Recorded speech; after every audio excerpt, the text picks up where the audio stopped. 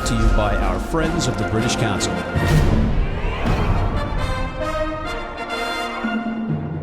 Hey everybody, welcome back to Rugby Wrap-Up. Matt McCarthy at the Studio 34 Fantasy Sports Network here in New York City.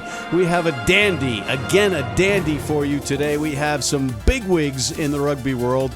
We have some in the studio, but we have calling in from overseas, Mr. George Hook and Mr. Peter Jackson from Ireland and Wales, respectively. In the studio, we have Stephen Lewis from Scotland and Mr. Martin Pengelly from England. It is an all-star cast, to be sure. First up, Mr. Hook, I want to welcome you again back to the show. You've been on previously. You are the host of Hook's Saturday Sit-In, but your rugby career has been long and dignified, including coaching stints in Ireland and the USA, and you're also heading up the Irish Rugby Tours. Is that not correct? Yeah, and it's going to be a really interesting Six Nations for us. If you want to hear about Ireland's chances, I'm good to go. All right, well, we're going to get right back to you after we introduce Mr. Peter Jackson. Peter, you're often identified or mistaken for Peter Jackson, the director. And for folks at home that are disappointed that he is not from New Zealand, it is the rugby version of Peter Jackson. Sir, you worked for the Daily Mail for years, esteemed colleagues of Martin Pengelly in the pundit/journalist world. You also work for the rugby paper now, and you are a straight-talking and crowd-pleasing regular guest on BBC Wales Scrum 5. Well, yeah, that's very kind of you, Matt. I also, in addition to the New Zealand film director, get mistaken for Peter Jackson, who was a wonderful England wing. Martin probably is not old enough to remember him, but he was a fantastic wing, played for the Lions. There you have it. George, we're going to start with you, 1 minute and 30 seconds to give us your preview/skinny on Ireland in the upcoming Six Nations matches. I think Ireland are the second best team in the tournament. England will win it. The last match will be on St. Patrick's Day. Ireland-England at Twickenham, and that's going to make it difficult for Ireland to win. Ireland will beat Italy. They will beat a hapless France, and the surprise team in the tournament, Scotland, may give them a run for it in Dublin. But with 3 home matches in Ireland and to go to Paris to kick off, which is no longer a citadel, real chance of beating France, I think we could go to London, to Twickenham, with 4 wins under our belt, but not beat England, who are the big battalions, have huge numbers, and although they've got injuries, they've got more players than anybody else to overcome it. So we'll be second. All right, let's shift over to Wales. Mr. Peter Jackson, you just heard Mr. Hook. What do you have to say about Wales and their chances? Well, there's been a great deal of gnashing of teeth in Wales for a long time. There's been a feeling that the national team has been too one-dimensional for too long. Every time the Scarlets go into the Champions Cup and play the way they do, I would have thought that would leave the Welsh management feeling pretty embarrassed and saying, well, why can't we play like that? So they've rectified that by picking 10 of the Scarlets Champions Cup team. That's the most from any one region that Wales have had since Gatland's first match as head coach way back at Twickenham in 2008 when he picked 13 Ospreys. So he's kind of gone back almost to where he started. They probably would have picked 15 Scarlets had they been able, but Tyg Byrne, who's arguably the player of the season, and if you've ever seen a second row sidestep catch his try against Bath in the Champions Cup the other week, he, of course, is going back to play for Ireland. John Barclay, of course, is with Scotland. Paul Asquith is an Australian, and Dave Bulbring is South African. So at 10 it is. I'm delighted that they're going with Rhys Patchell at standoff. He's been the playmaker behind the Scarlets. They play a high-tempo offloading game. They also, as they showed against Toulon in the last game, have got the defence to go with it. Wales have been hit harder by injury than at any time in the past. They've lost no fewer than 6 current Lions, 7 if you include Dan Lydiate. So huge shoes to fill, not least those of Jonathan Davis, Sam Warburton, and Talapi Faletau. But having said that, I'm not dismayed. I'm heartened by the fact that Wales are now going to play the way the Scarlets have been playing. And with Scotland already committed to that game, I think this could be a crackerjack of a game at the Millennium Stadium on Saturday. Beautiful. Stephen, since he just brought up the Lions, and I know that you're probably saying, well, they only had that many Lions because Warren Gatland picked the Lions, let's segue to Scotland. Yeah, well, probably Gatland certainly gives it a little bit more of a bit of spice from a Scottish player's perspective and fans' perspective. But for Scotland, so is this the year? Can they carry over their scintillating form from the fall into the Six Nations, or once again are they going to flatter to deceive? I think what we're looking at now with this current is a golden generation of Scottish players. I mean, Hogg, Russell, Gray, these guys are all in the 23, 24, 25 range. They're experienced. And this is going to be a good 2-3 years for Scotland. Is this a year? Potentially. There are concerns, though. As we've discussed and we'll discuss later, the injury crisis throughout all the countries is particularly problematic for Scotland in the front row. There's no fewer than 8 players out, particularly in a tight head side. So if Scotland can hang on and survive there, and they've got some kind of platform to play that up-tempo game that Townsend favours and it works for Russell and Hogg, then I agree with Peter. I think that could be a fantastic game. So I'm pretty confident. I'm not sure they're going to win the Six Nations this year, but I think 3-4 wins are probably 4 wins. I think is what they could aim for. All right.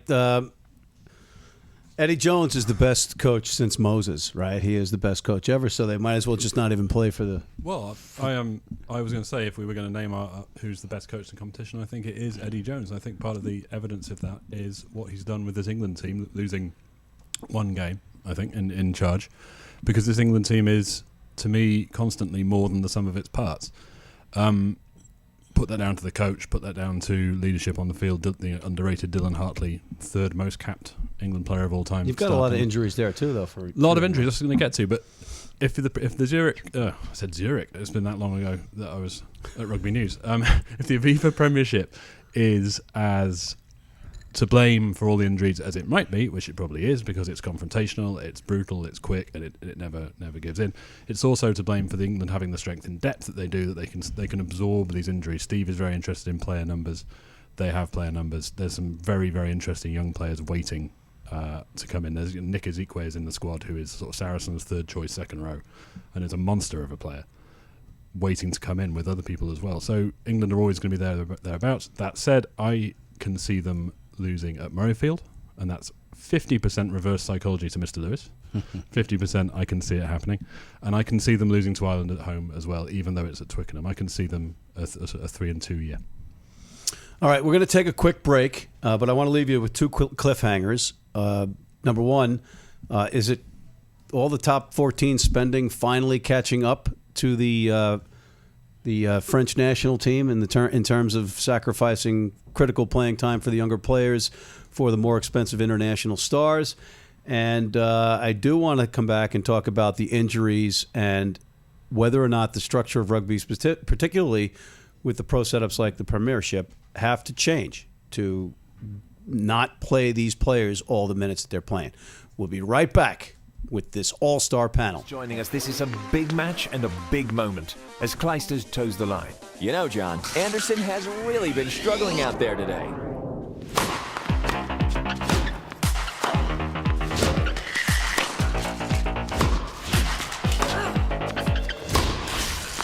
Huge mistake as Clijsters clinches another title. Don't let your nutrition get in the way. USANA, the official multivitamin of the WTA. Hey everybody, Rugby Wrap-Up. We're back at the Studio 34 Fantasy Sports Network here in New York City with our great panel, Mr. George Hook, Mr. Peter Jackson, Mr. Stephen Lewis, and Mr. Martin Pengelly. Gentlemen, just briefly, we left with a bit of a cliffhanger about the top 14 and the injuries and all that. And George, I wanted to turn over to you first, the injury question. Do these setups, the Premiership and some of the other professional setups, have to change their structures and maybe tick off the national teams respectively because they're playing their players too many minutes and the owners have a right to complain about it because they're paying a lot of money for these guys? Well, this is my 70th championship. That's right, 7-0. First one in 1948. Of course, I've never approached a championship with more trepidation and less interest. This is now simply a brutal sport for the enjoyment of the people drinking beer in the grandstands. It is not the game I know and the game I love. And last Saturday, Dan Carter, the greatest fly half in the world, was within a millimetre of being a quadriplegic against Cast. Only the grace of God did it. We cannot continue the game of attrition that it is now. We cannot. First, we have to take 23 players out of it and go back to 15 aside. We have to rock the way the New Zealanders did, in which you get more than 10 people in a rock. The game cannot quite simply continue, or you will have the NFL, and instead World Rugby will be playing $1 billion to the families of players brutally injured. The game as a spectacle now only appeals to the uninitiated rather than the initiated. And that's why your coaches like Schmidt, like Jones, like Brunel, and like Gatland, who are essentially single-dimension coaches, and that's why the game is boring. Steve, you want to follow up with an injury? Well, that's hard to follow after that apocalyptic comments there from George. Yeah, I mean, I agree with a great deal of it. I think there's three things. There's number of games. I think there's the size of players. Those are two obvious things. But also something that George mentioned about rucks. New tackle laws this last couple of years have so coaches are committing less defenders to the ruck, so you have less space, you have more collisions, and that's a big factor as well. So whether you tinker with it or whether it's a bigger problem, it's certainly a factor. Yeah, I mean, they're just playing so many minutes, and if you're a player that's getting a high salary from the Premiership, and then you're asked to play for England, you're not going to say no. Well, no. But if you're a player who's playing so many minutes in the Premiership and in Europe for your club and you're doing well or you're trying to keep your contract, you're not going to say no either, are you? It's something would have to give players a chance of being healthier, but with the nature too many pro games, and but too many to make too money. Many test windows. Probably too many. There's too much of everything, but if you had less, you would still have the brutality of the hits, wouldn't you? That's the thing. The nature you wouldn't of the have game. as many. No, you wouldn't have as many, but you'd still have injuries from it.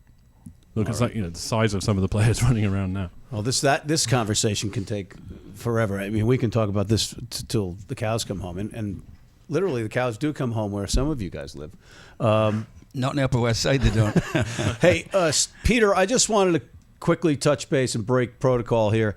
Warren Gatland came out with a couple of comments about how the pool was favorable for Wales. Not necessarily. I don't have the quote in front of me, but is it really ideal for him to be doing that with locker room fodder potential for the other squads? No, I don't think so. Could I just go back, Matt, to the question of the injuries? You know, I came into the Five Nations in 1959, so I'm a bit of a Johnny-come-lately compared to George, but I agree with a great deal of what he said. And for me, one of the saddest aspects of rugby is that we were all brought up in this great game as being the only team game that was for all shapes and sizes. Now it is for monsters incorporated, and nobody else. One of the great shames is that if somebody like Gerald Davis was around today, 5'7", 10.5 stone, he would be told, "Go away, son. You've got no future in this game because you're not big enough." Harry Walker, the England's oldest surviving international, he said they've squashed the finesse out of the game. And I think a lot of that is down to the 23-man subs. You no longer now have front rows who go much more than an hour, never mind 80 minutes. I think Dan Cole, the England tight head, is the only one who regularly goes 80 minutes. So instead of the old war of attrition and one front row eventually wearing another one down and gaps appear through fatigue, that doesn't happen anymore because you replace one set of monstrous props with another set. So, yeah, I do think that's a huge problem. I think the game is crying out for artistry and skill. And if I had one fervent wish for the Six Nations, it would be this, that Mathieu Jalibert, the 19-year-old stand-up at Bordeaux, comes on and struts his stuff and gets away with it and doesn't get beaten to pulp in the process. That is my fervent hope for this year's championship. All right. Well, We have to mention France and Italy a little bit here. We're kind of glossing over because none of us really. You have the Italian sounding last name, sort of. But will France and Italy ultimately will the Giuseppe Garibaldi trophy ultimately just become a wooden spoon competition? I think it is at the moment, probably, Matt. And again, another sad aspect and demise of the 5-stroke Six Nations has been that France have gone. You know, we always look forward. We used to say, I wonder which French team will turn up. Well, We don't ask that question anymore because we know which French team will turn up. And yes, you're right, to a degree, they have suffered through the influx of non-French players into the top 14. But, you know, no more so than happens in English soccer with the Premier League and the national team. I mean, that's the problem. I think France have been badly managed. Guy Novez got the job when he was too old and passed it, left out some good players. I think France have still got players, and I would love to see France make a little bit of a comeback in this year's championship, but I'm not holding my breath. All right. Hey, George, just want to go back to Ireland, what you said earlier about Joe Schmidt. Ireland did beat New Zealand in... Well, Ireland have beaten everybody. Okay, but wait, hold on. They beat New Zealand. They got off the schneid. I was there for that match. And are you saying that because Simon Zebo is saying that it's too structured and he can't play under that structure too, and he's actually taking money, so there's that side of it too. So are you in the camp with the Simon Zebo on this one? Of course I am. Anybody with any vision can see the way Ireland play. Schmidt is a dictator in terms of the way he coaches, and he also is a bad selector. And like Peter Jackson mentioned, Ty Byrne, he's not in Schmidt's panel. Zebo isn't in Schmidt's panel. Donica Ryan. What we also have then, and I am appalled by it, is you have CJ Stander, who's just a South African mercenary who comes over here to play his trade, and he gets picked for Ireland, or Bundyaki, or before him, countless others. And it's happening across the board in the Northern Hemisphere, being hit by an influx of Southern Hemisphere players attempting to upgrade their pensions. And the game will be destroyed, and it is being destroyed. And if you really want to know how the game is being destroyed, for the first time in 150 years, the police raid the offices of a national federation, the French Federation. Now, when you have the police raiding the offices of a national rugby body, you have to ask, what the hell is going on with the game we love? All right, guys, I was going to end this, but we're going to come back for one more quick segment, including our predictions 1 through 6 from each of you right after this. If you're in New York City and want to watch some great rugby, have some great food, and some great times, go to the world's best rugby pub, the Pig and Whistle on West 36th Street. Hey, everybody, we're back at Rugby Wrap Up at the Fantasy Sports Network, Studio 34, for our final segment with this esteemed panel. And we left off where we talked off camera that we're going to give our predictions 1 through 6. And we're going to start with you, Mr. Pengelly. But first off, I owe you an apology for saying that your name sounded Italian or it was a reference to Italian. He's not Italian, folks. You want to explain? It's a Cornish name. And I said I'd say this on air if possible. I got my first job in journalism for Rugby News Magazine, for a law magazine, because the editor thought my name was pronounced Pengelly and I was Welsh, because she was Welsh too. And I am not called Pengelly, I'm not Pengelly, I'm not Italian, I'm not even Cornish, I'm from Yorkshire, but it's a Cornish name. All right, okay, and you know what? To that end, our post-production guru, supervisor Johnny Lewis in Wales, insisted that I try to pronounce the first part of Scarlets, and because it's the Scarlets are entered as the Welsh representation in this team in this tournament. It's Clanhelly. It's not bad. Huh? It's not bad. Okay, Clanhelly. Okay, all right. So Martin, yes. 1 through 6. 1 through 6. Yeah. 1 to 6 or 6 to 1? What was the question, Martin? 1 through 6. Thank you. Okay. 1 Ireland, 2 Scotland, 3 England, 4 Wales, 5 France, 6 Italy. Interesting. George? England 1, Ireland 2, Scotland 3, Wales 4, Italy 5, France 6. Stephen. Much though it pains me, 1 England, 2 Scotland, 3 Ireland, 4 Wales, 5 France, 6 Italy.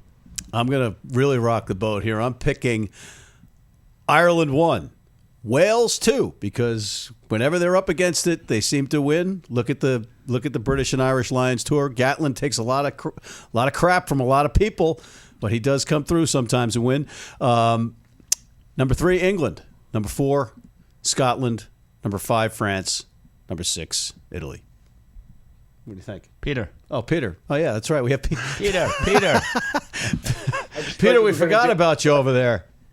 Making predictions like this makes a mug of you, but that's happened before. It'll happen again. So here goes. First Ireland, second England, third Scotland, fourth Wales, fifth France, sixth Italy. Okay, Makes a Mug of You will be a segment on our next show, which will feature all of us again. And again, we will be, hopefully all of us will be doing this throughout the Six Nations tournament. So if you didn't get something in today, you could certainly get it in later. But I promised you all 1 minute of freestyle. So I'm going to have to shorten it to 30 seconds now. But George, why don't you take 30 seconds to just say whatever you want about the Six Nations? Well, Scotland will save it from utter turpitude. Coached they are by the best coach in the tournament. Townsend, Scotland were at the best when Townsend was fly half. They're at the best when Townsend is the coach. I'll be watching them with joy, and there will be tears in my eyes every time I watch the French take the pitch. Stephen, we have to go to you next because he did mention Scotland. And quickly, Laidlaw at who are you going with? Laidlaw? No, Price. I know. Is that your choice? Yeah. Price got to start the game. Laidlaw close the game out, kick some goals if need be. But I personally, Six Nations for me is I just feel cheated. I feel bitter. I feel disappointed that when I lived in Scotland, Italy away in Rome wasn't a possibility. So that's the Six Nation fixture that I want to go to next. Yeah, Peter. Before I forget you. Yeah, well, I'd love to think that Scotland will pick up where they left off in the autumn.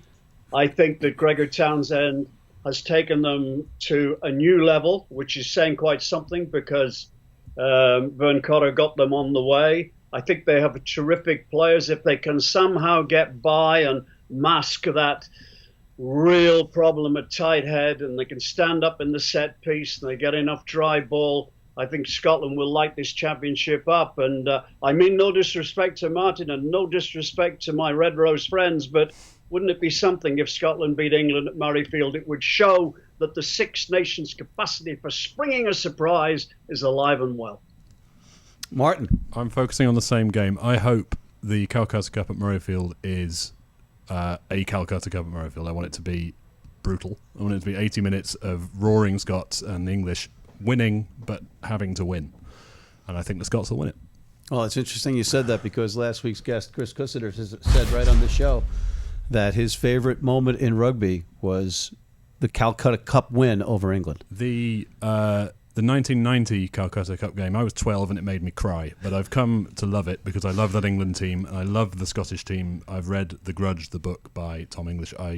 It's a sort of formative thing. 90, 91, the World Cup game, the Five Nations, those two teams, and I want that to happen again. And this England team is good, this Scotland team is good, so that kind of rivalry, I'll have it. Well, I think you guys have said all that needs on to that be point, said. Well, wait a minute, I guess not. Hold on. We have here a pair of 1990 SRU cufflinks given to me by certain Mr. G. Hastings. So I thought I'd wear them today in honour. Thank you. 12-year-old me is crying again now. Gentlemen, I just want to thank you once again for coming on, and we'll look forward to the next one, the next Six Nations show that we're going to be doing. And on behalf of Mr. George Hook, Mr. Peter Jackson, Mr. Steve Lewis, and Mr. Martin Pengelly, Matt McCarthy for Rugby Wrap Up here at the Fantasy Sports Network, Studio 34 in New York City, signing off.